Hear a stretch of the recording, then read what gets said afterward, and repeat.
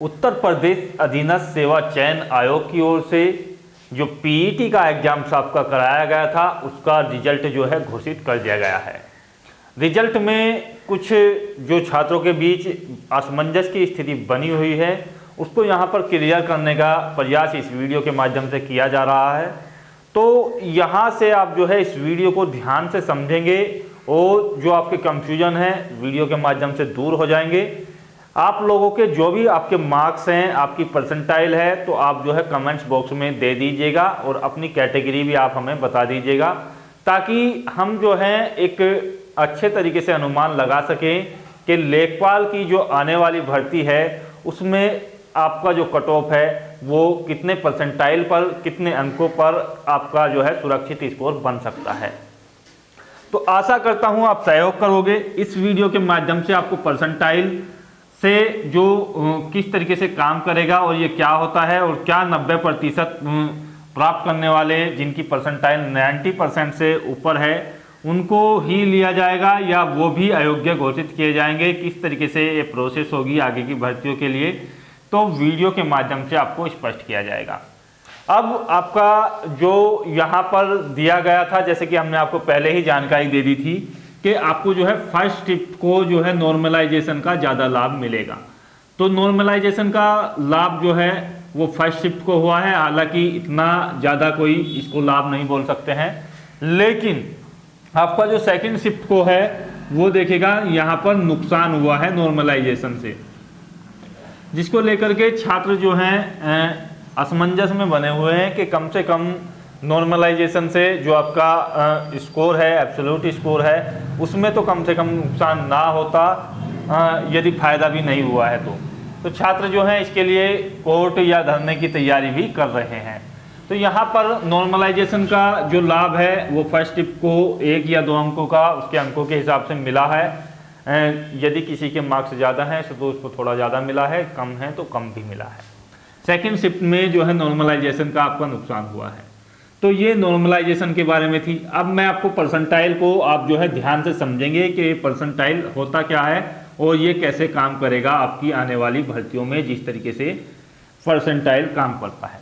तो परसेंटाइल का मतलब ये हैगा कि आप जो है मानकर चलिएगा कि माना आपके पास कोई 100 छात्र हैं और आपने एक एग्जाम दिया, आपने कोई एग्जाम जो है दिया है सभी 100 के 100 छात्रों ने, और इन 100 छात्रों ने जो एग्जाम से दिया है उसमें से आपके जो मार्क्स हैं, किसी सबसे पहले स्टूडेंट्स के जो है 90 है, उसके बाद 85 हैं, इसके बाद 81 हैं और इसके बाद इस तरीके से चलते चले गए आपके 100 तक। लास्ट स्टूडेंट्स के मार्क्स जो हैं 40 तक हैं, ये मान करके आप चलिएगा। तो उसमें क्या होगा कि आपको जो सबसे ज़्यादा स्कोर है उसको जो है परसेंटाइल में यदि काउंट किया जाएगा तो परसेंटाइल में ये जो स्कोर है ये आपका आएगा 100% ये आपका आएगा। तो इसका मतलब ये है कि एक छात्र यानी कि ऐसा है जिसके मार्क्स जो हैं यहाँ पर 100% हैं, इससे ऊपर किसी के मार्क्स नहीं हैं, तो परसेंटाइल का मतलब ये हुआ। अब दूसरा ये छात्र है, इससे जो मार्क्स आएंगे वो परसेंटाइल में कुछ कम हो जाएंगे। तो इस तरीके से लास्ट तक लेते लेते जब आपका परसेंटाइल आएगा और सबसे कम जो मार्क्स हैं तो उसको जो है यहाँ पर दिया जाएगा 0 परसेंटाइल, यानी कि इसका मतलब ये है एक सबसे निचला स्टूडेंट्स है और इससे बाकी सभी जो हैं ऊपर ही ऊपर हैं। तो ये होगा परसेंटाइल का खेल।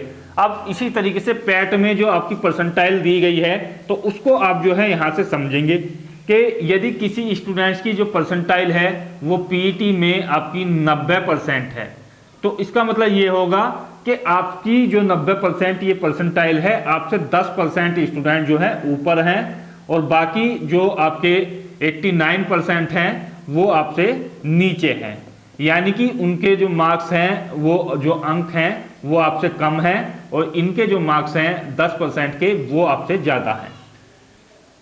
तो कुल मिलाकर के बात ये हुई। अब ये जो परसेंटेज है ये आपकी पीईटी के रिजल्ट के आधार पर, तो यहाँ से हम जो निकालेंगे देखिएगा जिन लोगों ने एग्जाम दिया है, जिन्होंने एग्जाम दिया है उन पर ये लिखेगी, क्योंकि एग्जाम्स यदि कम स्टूडेंट देते हैं तो कम स्टूडेंट्स ऊपर जाएंगे। अब एग्जाम्स जो दिया है लगभग 17 लाख के आसपास स्टूडेंट्स ने ये एग्जाम्स दिया था, अब इन 17 लाख में से यदि किसी की परसेंटाइल 90 है, 90 है, तो ये मान करके चलिएगा कि 9 या 10% स्टूडेंट्स हैं, तो लगभग 1,70,000 स्टूडेंट्स आपसे जो है ऊपर हैं। इसी तरीके से यदि किसी की परसेंटाइल जो है 80% के आसपास है, तो आप जो है लगभग ये मान करके चलिएगा कि आपसे जो है 3,40,000 स्टूडेंट जो हैं ऊपर मार्क्स रखते हैं, बाकी सभी के मार्क्स जो है आपसे कम हैं। यदि आप लेखपाल के लिए तैयारी करना चाहते हैं तो समय अभी आप लोगों के पास है, आप ऑनलाइन बुक्स मंगा सकते हैं। ये चक्षु प्रकाशन आगरा की जो बुक्स हैं काफ़ी अच्छी बुक्स हैं लेखपाल भर्ती के लिए। इसमें आपको अलग अलग सब्जेक्ट की सेपरेट बुक्स भी मिल जाएगी और आपको एक कमरानी बुक्स भी मिल जाएगी। इसको आप ऑनलाइन साइट्स के माध्यम से मंगा सकते हैं। तो इसके लिए आपको जो लिंक है वो डिस्क्रिप्शन बॉक्स और कमेंट बॉक्स में दे दिया जाएगा, वहाँ से आप इनको परचेज कर सकते हैं। तो ये है आपका परसेंटाइल का खेल। तो आप कमेंट बॉक्स में बता दीजिएगा कि परसेंटाइल में आपका कितना स्कोर है और साधारण तरीके से या नॉर्मलाइज स्कोर आपका क्या है। तो ये काम आपका हो चुका है परसेंटाइल का। अब ये जो परसेंटाइल है ये कैसे आपका काम करेगा, काम कैसे करेगा यानी कि वर्क कैसे करेगा आपकी जॉब के लिए। तो इसमें क्या होता है कि आपसे जो ये परसेंटाइल का मैटर है ये आमतौर पर जो लिया जाता था, ये ज़्यादातर MBA वगैरह के एग्ज़ाम्स के लिए लिया जाता था। इस तरीके की कॉम्पिटिटिव एग्ज़ाम्स की परीक्षाओं में इसका जो प्रयोग है बहुत कम किया जाता है, नाम मात्र को ही। ये जो है पहली बार इतनी बड़ी परीक्षा में जो है इस तरीके को काम में लिया जाएगा। तो यहाँ से जो आपकी एंट्रेंस एग्ज़ाम्स के द्वारा एडमिशन की प्रोसेस थी वहाँ पर काम आता था। तो वहाँ पे क्या होता था, यदि आपकी एक सीट है यानी कि ये मान करके चलिएगा कि 10 सीट है आपकी या आपकी 10 वैकेंसीज हैं, तो उस पर जो है आवेदन कराए जाते थे। आवेदन कराए जाते थे तो आवेदन में क्या हुआ था कि आपकी छटनी होने के बाद जो आपकी जो कट ऑफ बनती थी तो वो निकल करके आती थी कि इसमें जो है यदि 10 सीट के लिए आवेदन हुए हैं और किसी की जो परसेंटाइल है वो आपकी यहाँ पर जिस तरीके से मैंने आपको बता दिया है एंट्रेंस एग्जाम्स के थ्रू ये परसेंटाइल निकाल करके, तो ऊपर वाली जो परसेंटाइल थी उनको जो है सेलेक्ट किया जाता था। अब इसमें क्या होगा कि आने वाली भर्ती की प्रक्रियाओं में आपके लिए क्या होगा, जैसे हम मान करके चलते हैं लेखपाल की ही आपकी भर्ती है, तो लेखपाल की भर्ती में आपसे जो है आवेदन मांगे जाएंगे सभी लोगों से। आवेदन आपके जो हैं किससे मांगे जाएंगे, सभी लोगों से। तो सभी लोगों के जो है आवेदन इसमें होंगे। ज़्यादातर स्टूडेंट्स को जो है यहाँ पर इस तरीके से आयोग जो है आवेदन मांगेगा। उसके बाद इनको जो वैकेंसीज हैं उसके जो आयोग तय करेगा 15 गुना, 20 गुना या आपके 40 गुना, जो भी आयोग इसमें तय करेगा वो आयोग का अपना नियम होगा। लेकिन ज़्यादातर संभावना यही है कि 20 गुना के आसपास आपको लिया जाएगा। तो ये मान करके चलिएगा कि 8,000 आपकी जो है वैकेंसी हैं। तो इसमें यदि हम 20 गुना की बात करते हैं तो 1.6 लाख स्टूडेंट्स को सेलेक्ट किया जाएगा। अब ये जो सेलेक्टिव स्टूडेंट्स है ये कहाँ से आएंगे, इन लोगों के आवेदन लिए जाएंगे, क्योंकि हर भर्ती की रिक्वायरमेंट अलग अलग होगी। यदि ये मान करके चलिएगा कि लेखपाल भर्ती में आपसे जो है CCC मांगा गया है। अब CCC तो सभी के पास नहीं है और 12th पास भी इसमें नहीं है सभी लोग, क्योंकि 10th से फॉर्म था तो कुछ 10th पास भी होंगे। तो ये जो है ये आपसे CCC और 12th पास की कंडीशन मांगी जाएगी। तो ऊपर वाले जो स्टूडेंट्स हैं हालांकि उन्हीं को सेलेक्ट किया जाएगा जिनकी परसेंटाइल जो है अधिक होगी, लेकिन जिनके पास CCC होगी वो ही इसमें आवेदन कर पाएंगे। तो इस तरीके से ये जब छटनी होगी ये मान करके चलिएगा कि 20 गुना कैंडिडेट्स यानी कि 1.6 लाख स्टूडेंट्स को जो है सेलेक्ट करना है। लेकिन इसमें से ये 1.6 लाख स्टूडेंट्स जो है आपके जब सेलेक्ट होंगे, जिसके पास ये कंडीशन ये जो है आप लोग पूरा करते हो तो ही इसमें जो है आवेदन कर। इसमें क्या होगा, शुरू के लगभग 4 लाख स्टूडेंट्स में से 1.6 लाख तभी CCC वाले ही सेलेक्ट होंगे जब ये लगभग 4 लाख आवेदन हो जाएंगे ऊपर वाली परसेंटाइल के, या किसी की कहीं और जॉब है परसेंटाइल में उसकी बहुत ज़्यादा अधिक वो है तो वो इसमें आवेदन नहीं करेगा। तो इस तरीके से ये छटनी जो है बाद में होगी जहाँ तक कंडीशन की बात की जाती है। दूसरी बात करते हैं, जैसे आपका स्वास्थ्य विभाग की जो भर्ती है, यदि इसमें ये कहा जाए कि लगभग 1,000 आपके जो है पद हैं, तो इसमें यदि 20 गुना की बात की जाए कि 20,000 कैंडिडेट्स ही आवेदन करेंगे, तो 20,000 में क्या होगा कि आपके जो है 99% वाले ही इसमें आवेदन कर पाएंगे, क्योंकि 20,000 तो ये बड़ी आसानी से हो जाएंगे। लेकिन जब इसमें रिक्वायरमेंट की बात की जाएगी, डिप्लोमा की बात की जाए तो उनमें से लगभग 500 छात्रों के पास भी ये डिप्लोमे नहीं होंगे मेडिकल वाले, जो इसमें रिक्वायरमेंट होती है। तो ये भर्ती कैसे पूरी होगी? तो यहाँ ये कंडीशन जो है आयोग के सामने बड़ी उभर करके आ रही है। तो जहाँ तक संभावना है ये सभी को जो है आवेदन का मौका आयोग दे सकता है। उसके बाद ये छटनी होगी कि आपको जो है इन परसेंटाइल वाले को या इन स्टूडेंट्स को जो है एक प्राइमरी कट ऑफ लगाई जाएगी कि आगे की जो इन्हीं लोगों के एडमिट कार्ड आएंगे जिनको सेलेक्ट किया गया है, एक लिस्ट जारी की जाएगी।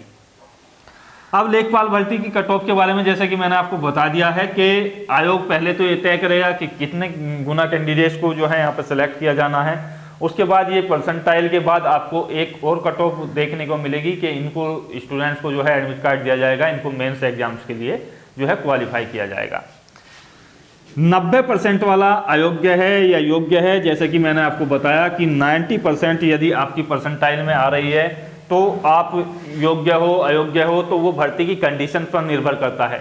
यदि आपके पास रिक्वायरमेंट के तहत जैसे आपकी लेखपाल भर्ती है CCC या 12th पास हो और आपकी जो 90% है तो आप योग्य हो। यदि आपके पास 90% भी है लेकिन CCC नहीं है तो आप अयोग्य हो। या मेडिकल स्टाफ के लिए आपके पास जो है टेक्नीशियन या उस तरीके का जो आपका एक्सरे वगैरह का डिप्लोमा लिया जाता है उस वैकेंसीज के लिए, वो नहीं है तो आप इसमें अयोग्य हो। नर्सिंग का डिप्लोमा आपके पास नहीं है और आपकी परसेंटाइल जो है यहाँ पर 100% भी है तो आप जो है अयोग्य हो। तो अभी तो इस चीज़ पर ज़्यादा विशेष चर्चा नहीं की जाएगी।